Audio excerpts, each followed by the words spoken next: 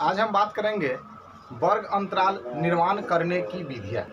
तो वर्ग अंतराल का निर्माण दो प्रकार से किया जाता है, अर्थात वर्ग अंतराल निर्माण करने की दो विधियाँ हैं। पहला है अपवर्जी विधि या अतिव्यापी विधि, और दूसरा होगा इसमें समावेशिक विधि, समावेशिक विधि या अनतिव्यापी विधि, अनतिव्यापी विधि। इसको इंक्लूसिव मेथड,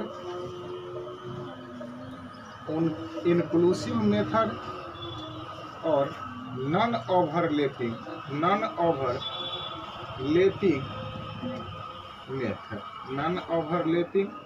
मेथड।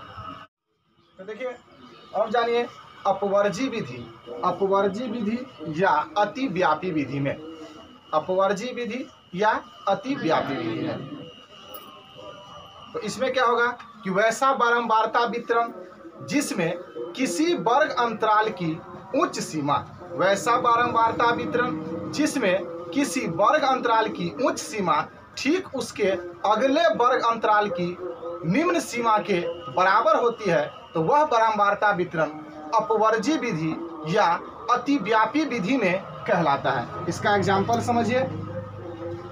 देखिए अपवर्जी विधि किस टाइप से होता है।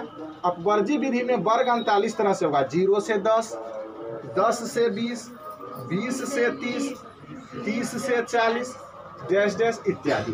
अब आप देखिए, इसमें देखिए कि वैसा बारंबारता वितरण जिसमें किसी वर्ग अंतराल की उच्च सीमा ठीक उसके अगले वर्ग अंतराल की निम्न सीमा के बराबर है, तो वह बारंबारता वितरण जिसमें किसी वर्ग अंतराल की उच्च सीमा ठीक उसके अगले वर्ग अंतराल की निम्न सीमा के बराबर होती है, तो वह बारंबारता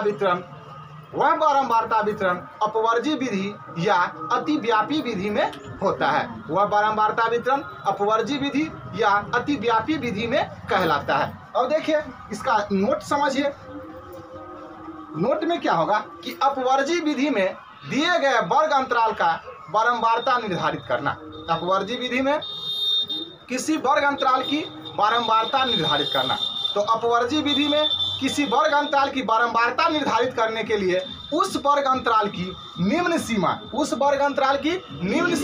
को बारंबारता की गिनती में शामिल किया जाता है, जबकि उच्च सीमा को बारंबारता की गिनती में शामिल नहीं किया जा सकता है।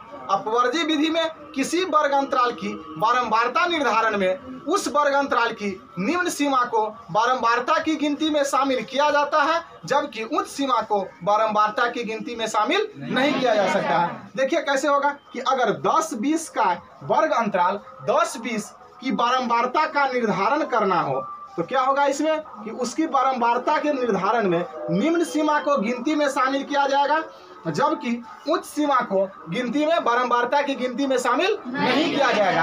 आप कहिएगा कि यह कहाँ जाएगा, तो देखिए इसकी जो निम्न उच्च सीमा होगी ठीक अगले वर्ग अंतराल की निम्न सीमा है, तो वहाँ उस 20 की गिनती 20 से 30 में होगी, 20 से 30 में, क्योंकि 20 से 30 में क्या है कि 20 से 30 में निम्न सीमा 20 है और उच्च सीमा 30 है। तो आप जानते हैं कि अपवर्जी विधि या अतिव्यापी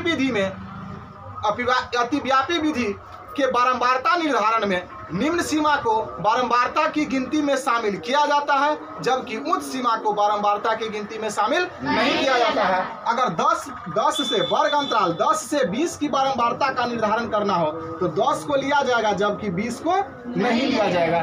क्लियर है। अब आगे बढ़ते हैं समावेशिक विधि या अनतिव्यापी विधि में। तो वह बारंबारता वितरण जिसमें किसी वर्ग अंतराल की उच्च सीमा ठीक उसके अगले वर्ग अंतराल की निम्न सीमा से एक कम होती है।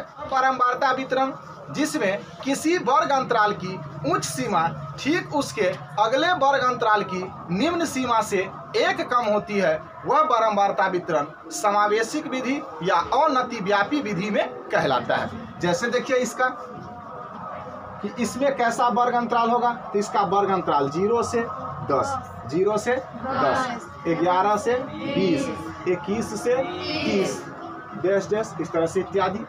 अब इसमें क्या होगा कि अगर देखिए इसमें इस तरह से भी वर्ग अंतराल होता है, 0 से 9, 10 से 19, 20 से 29, 30 से 39, इस तरह से बढ़ता जाता है।